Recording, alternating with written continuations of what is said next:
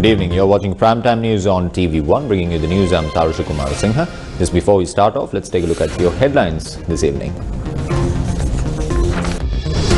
The law on those implicated in 2019 attacks by the Presidential Commission report.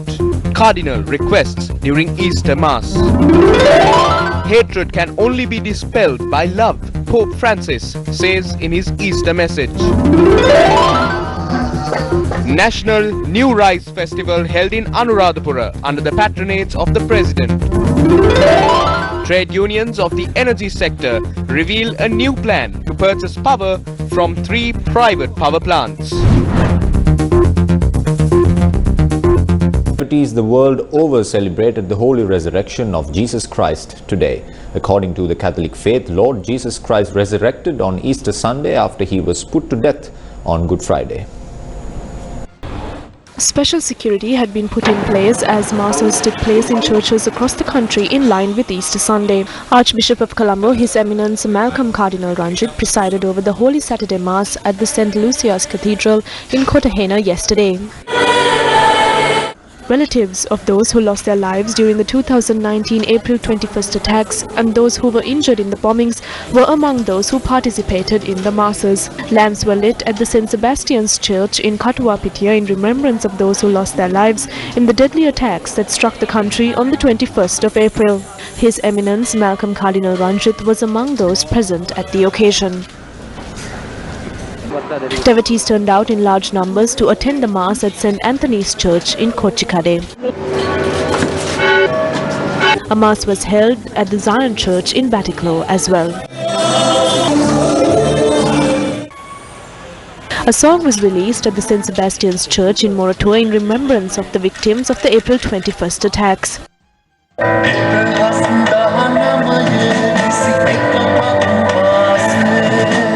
A large number of devotees attended masses in line with Easter Sunday in other parts of the country.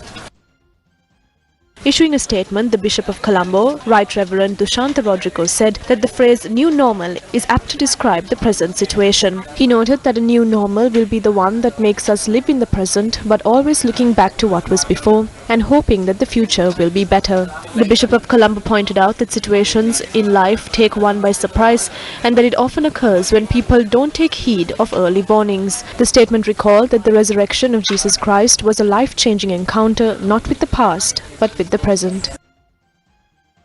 The former President Bishop of the Methodist Church of Sri Lanka also issued a statement in line with Easter Sunday. So my friends, the Resurrection Day that we remember today is an event which is within the best part of our lives. Remember. Issuing a message in light of this year's Easter celebrations, President Gotabaya Rajapaksa says no room will be left for the culprits as well as groups who are responsible for the 2019 April 21st attacks to escape the arm of the law. The message further reads, and I quote, "The government is determined to ensure national security to prevent recurrence of such tragedies in the motherland," unquote.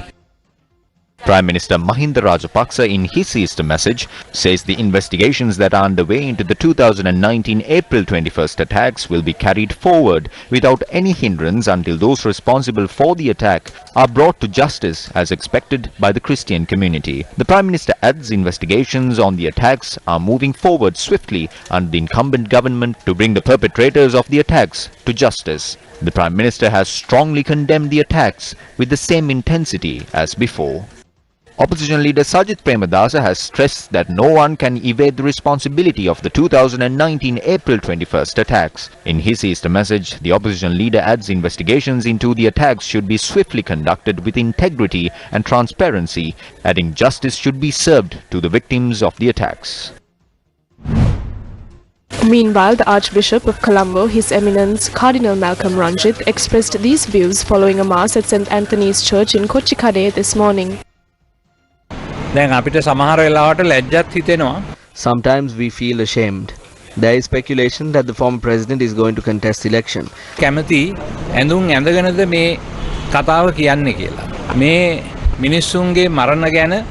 he have any shame How can a president who flew overseas, despite knowing that the people's lives are at risk, contest an election again?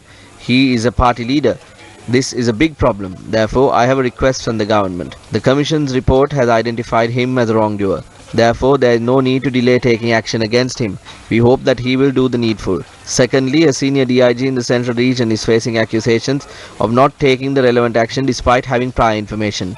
These are not matters that need to be examined by multiple committees. There is no need to delay taking action against him.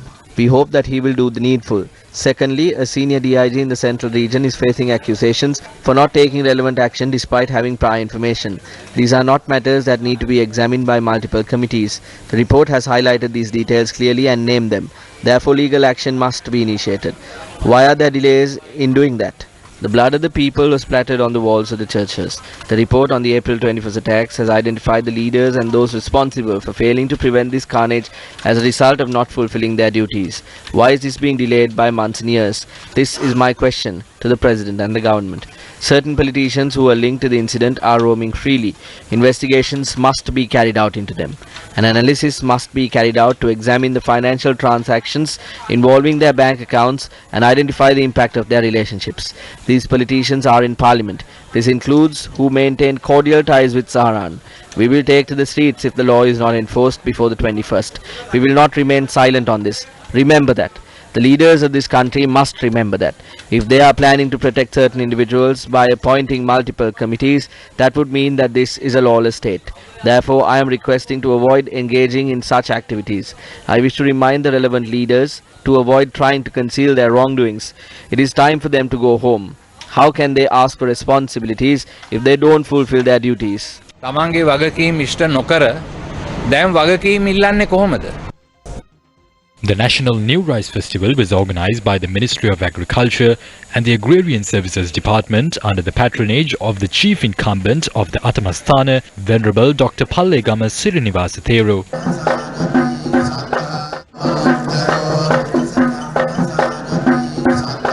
The ritual was performed by ministers and farmers afterwards. The magazine prepared by the Agrarian Services Department on the occasion of the National New Rice Festival was also presented to the President. The indigenous community presented traditional jars of honey to the President during the occasion.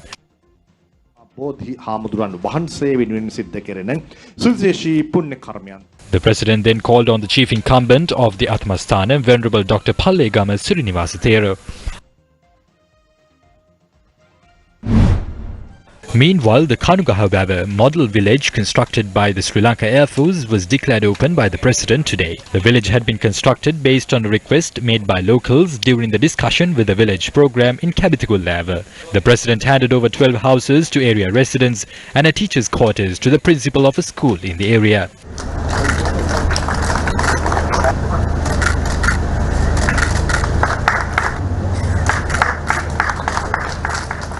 President Gotabaya Rajapaksa then inspected the ground of the Kanugahawewa Primary School, model gardens, the teachers' quarters and the mobile eye hospital set up in the area. 5 individuals who had lost their title deeds for lands in Kanugahawewa were offered land deeds today. The President also inspected an electric fence that is being constructed in the model village. Meanwhile, the Sinhala organization filed a complaint with the Criminal Investigations Department today. The complaint was filed seeking an investigation into the remarks made by the Director General of the Sri Lanka Standards Institute made to the media recently.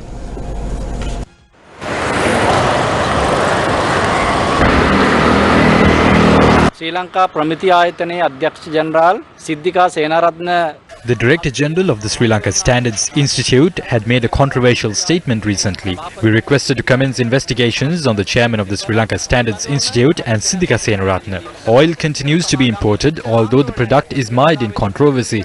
We insist that legal action must be taken against the heads of these companies after arresting them.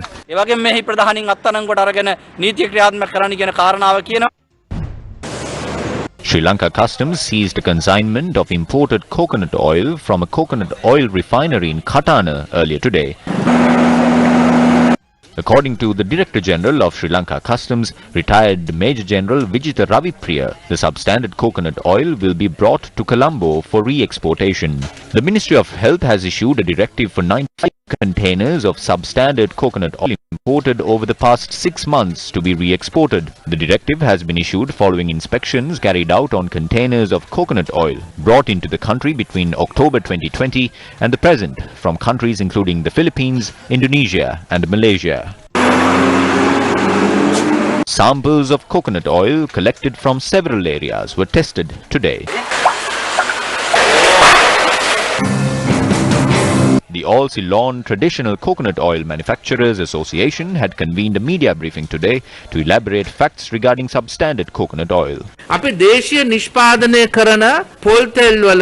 There is no aflatoxin in locally manufactured coconut oil. To protect local manufacturers and preserve the quality of local coconut oil, we requested dried coconut to be imported. When it is dehydrated to 3.5, aflatoxins are eliminated. If the raw material is imported in this manner, we can manufacture coconut oil, ensuring its safety.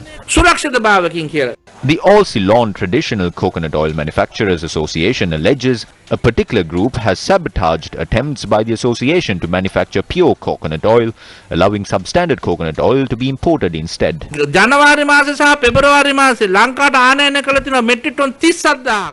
the months of January and February, 37,000 metric tons of coconut oil have been imported to the country at the cost of 12.5 billion. I will challenge those importers to reveal where the oil was sold. They sold those under the brand of Sri Lankan coconut oil. It says manufactured in Sri Lanka. That is a massive lie. The oil is substandard and is imported, but only bottled in Sri Lanka. Is that called manufacturing? manufacturing.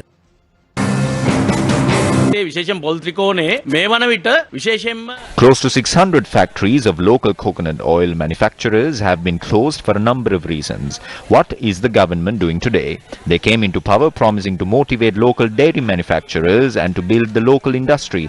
They are bringing toxic coconut oil while giving tax exemptions. While the cabinet has approved the request of the local businessmen and traditional coconut oil manufacturers, why isn't the Coconut Development Board giving its approval even after 4 months?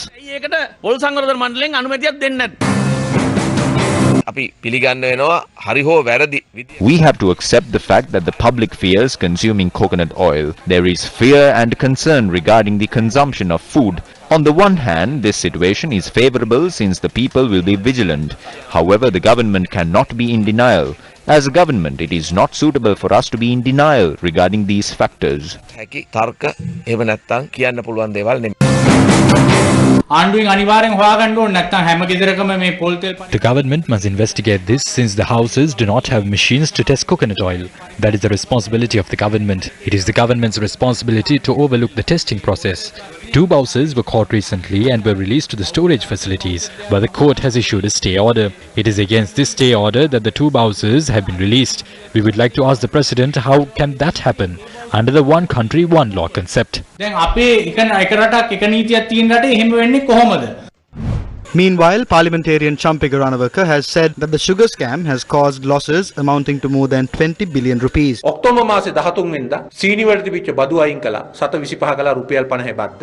levy on sugar was reduced from 50 rupees to 25 cents on the 13th of October. Today is the 4th of April. But by the 20th of February, the government faced losses amounting to 16 billion. As far as I know, the total losses sustained so far has exceeded 20 billion.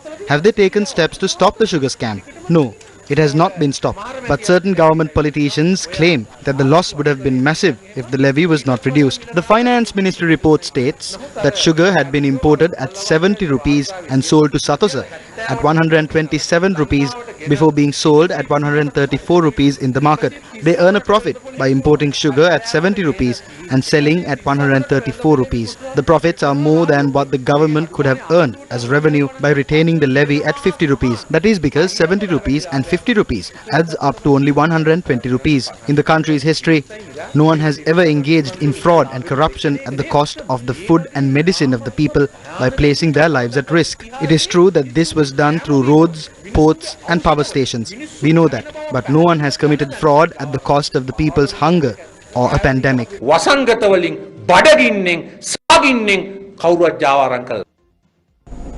Farmers continue to stage protests demanding authorities to protect the habitats of wild elephants in a bid to resolve the human-elephant conflict. Farmers' groups responded to remarks made by Irrigation Minister Chamal Rajapaksa on the demonstrations that are underway.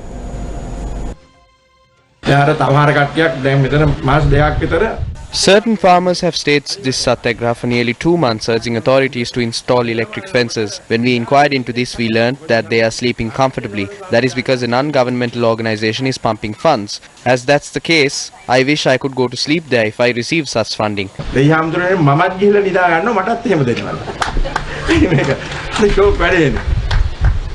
This is a comfortable thing. They are receiving funds rather than engaging in the protest. These people go there because they are given money. If you want, you too can get a hold of a non-governmental organization and then stage a protest.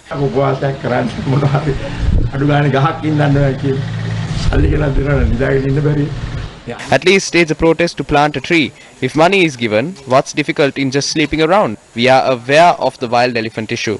There are elephants in town as well. A highway was constructed. One set of the herd of elephants is on one side, while the other set is on the opposite side. They are inhabiting those lands. We must now learn to live with elephants. They can then be moved to another area without any harm. When I was passing the area at around 8 p.m, I witnessed a brawl between a herd of about 25 to 30 elephants. I stopped my vehicle and started observing them for about an hour. That is because they might attack us as well.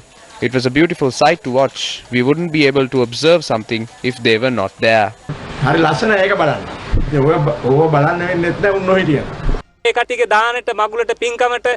These racketeers offer bananas, meat and other essential goods for any ceremony to the residences of these ministers. In exchange, they are allowing to destroy forest reserves. The parliamentarians elected from HAMBANTOTA are acting to provide facilities to these racketeers. As a person who canvassed to win votes for Chamal Rajapaksa, I have to regretfully state that the protesters are affording their meals by pooling money within themselves. Chamal Rajapaksa කියනවා අපි මේ අට්ටාවල නැගලා සැප ගන්නවලු dollar ඇවිල්ලා. Chamal Rajapaksa is claiming that we are resting here. He had quipped that he would join us by claiming that we have received foreign funding. He can come and spend the nights here. We drive away mosquitoes by setting fire to coconut husks. We did not come here to enjoy ourselves, just as they are assuming. The politicians who squander public assets worth millions and received votes from our mothers and fathers don't understand our pain. Chamal is saying that he had seen a herd of elephants and that it was fun. Although they seem to enjoy watching herds of elephants, we will only enjoy it when we witness it in Pinnavela. But we are not enjoying at present. That is because we see them on our fields damaging our crops. This is not a treat to watch. It is a shame to say that they are earning using the hard-earned money of our parents. Although they seem to be enjoying it, we are living in grief. This is a government that is enjoying the sight of elephants that kill us.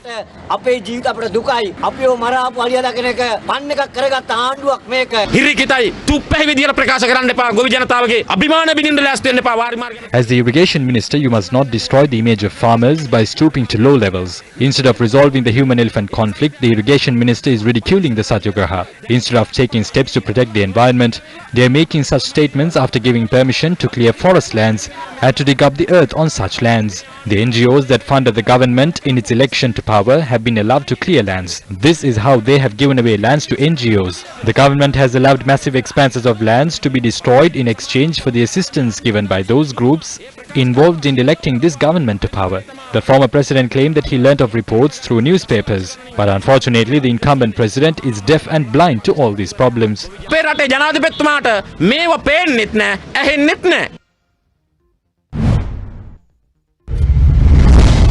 Trincomalee Farmers Protest Day 1. Walsapagala Farmers Protest Day 78. Galgamore Farmers Protest Day 20. Mahayangane Farmers Protest Day 19. Medavatriya Farmers Protest Day 17.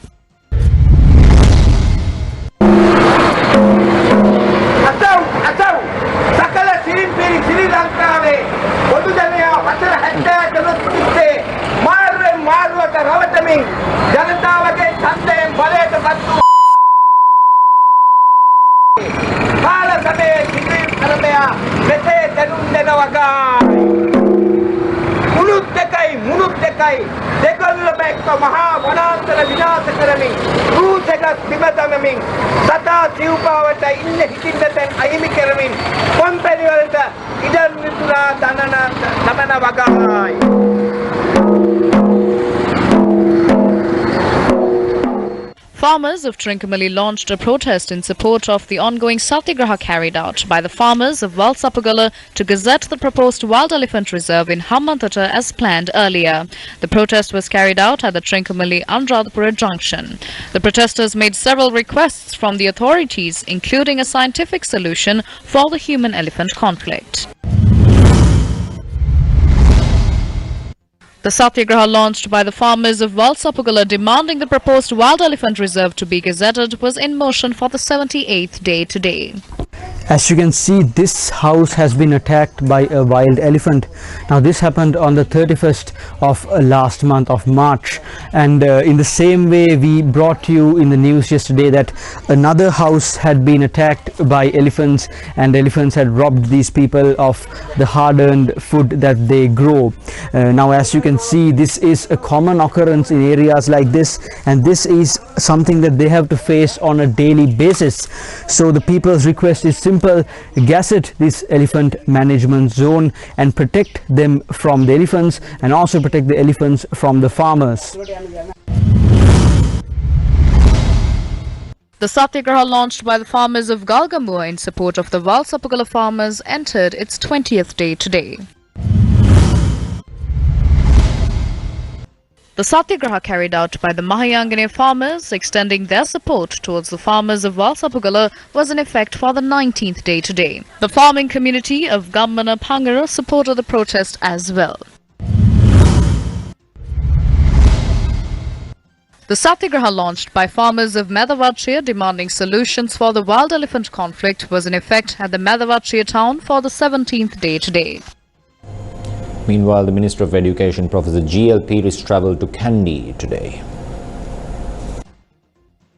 The minister, who travelled to the Askiriya temple, first called on the Mahanayaka of the Askiri chapter of the Siam sect, Most Venerable Varakagoda Jnanaratana Thero, and obtained blessings. Later, the minister called on the registrar of the Askiri chapter, Venerable Madhagama Dhammananda Thero.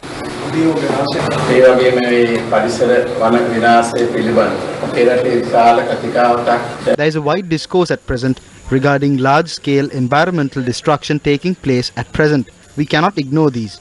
There is a truth to these protests. The leader of the indigenous community has gone to courts against it too. Look at the Rambakanoa and other areas. The government should inquire into the reasons behind these protests and provide solutions. Minister of Education, Professor G.L. Peiris, also called upon the Gatabe Rajopavanarama Adhipati Venerable Keppetiyagoda Siriwimala Thero.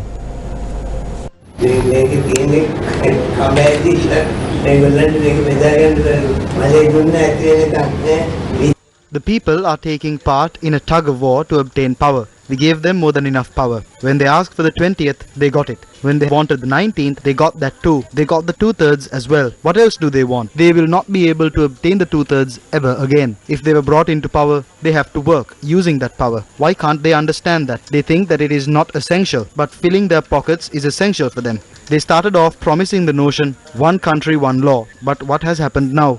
Now it is one country and multiple laws. People scold us as well. The government is so adamant that they are not cutting trees. But on the other side, we can see on the television that deforestation is taking place. They should not lie. We granted them power to work properly.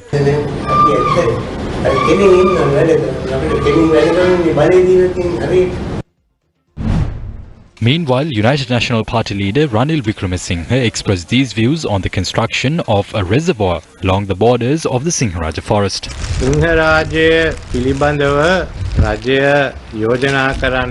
The government's proposal concerning Singharaja is based on a previous proposal to construct reservoirs in order to supply water to HAMBANTOTA. That is illegal. Any proposal must not cause harm to the Singharaja forest. This is an old forest located in the heart of the country, as it is located near Siripada. We need a carbon sink. Therefore, if trees are cut down in the Singharaja forest, then it will result in grave damages.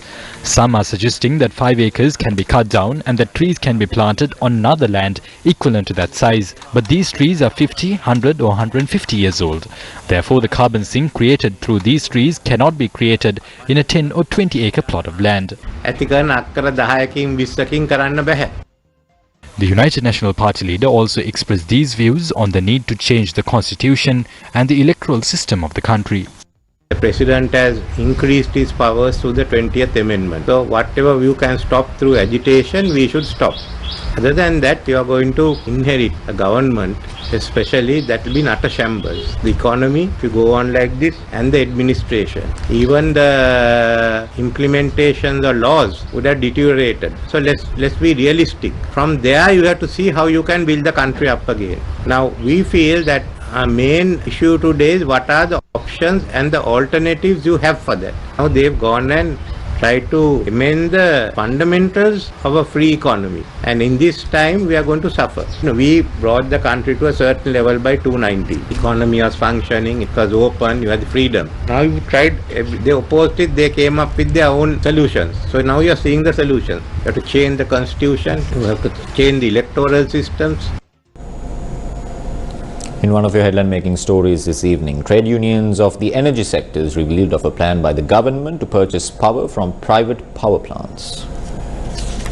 They are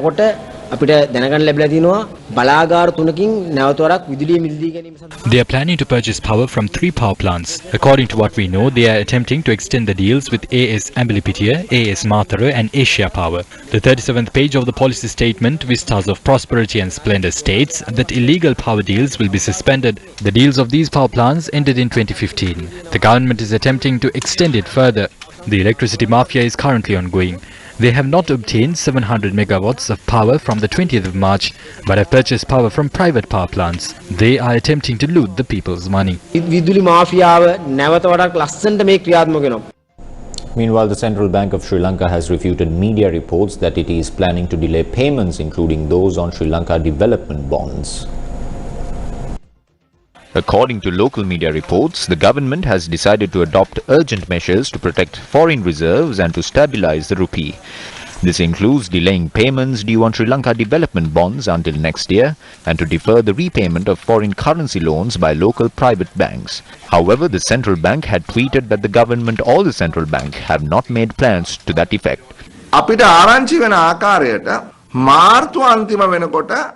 According to the report, we have received information to confirm that these reserves have depleted further. The $4,580 million which we had at the end of February had plunged to around $4,000 million. The funds in the reserves are insufficient to pay off debts for the next 8 months. They boasted about the swap worth $1.5 billion. We claimed, although it has been confirmed not a single dollar has been received. All that has been received is a loan worth 10 billion Chinese yuan. The $1,000 billion obtained by Mahinda Rajapaksa, which are maturing in July, cannot be paid, nor can the Sri Lanka development bonds can be paid by Chinese yuans. We will have to seek assistance from the USA to even find a makeshift solution for this issue. If this payment is delayed, although it can be done according to our law, it will be considered a cross default in the eyes of the law in New York. If that happens, we will be blacklisted in the international community and we will not be able to seek the assistance of the international community in the future. Imports will be harder. People will be unable to open letters of credit. Foreign investors will be skeptical. What is left of the foreign reserves will also be spent. By last Thursday, foreign investors had taken out funds worth 372 million rupees from the Colombo stock exchange. Although they claim the stock market is performing, investor confidence is low. All treasury bills have been wiped out.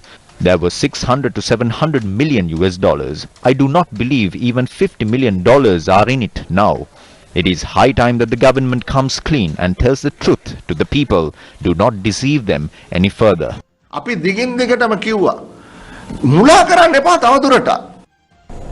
Wishing all our viewers a very happy Easter. We wrap up this Sunday's edition of Primetime News for tonight. I'm Thero Singh along with our sign language interpreter for tonight, Brandy Cruz. Good night and take care.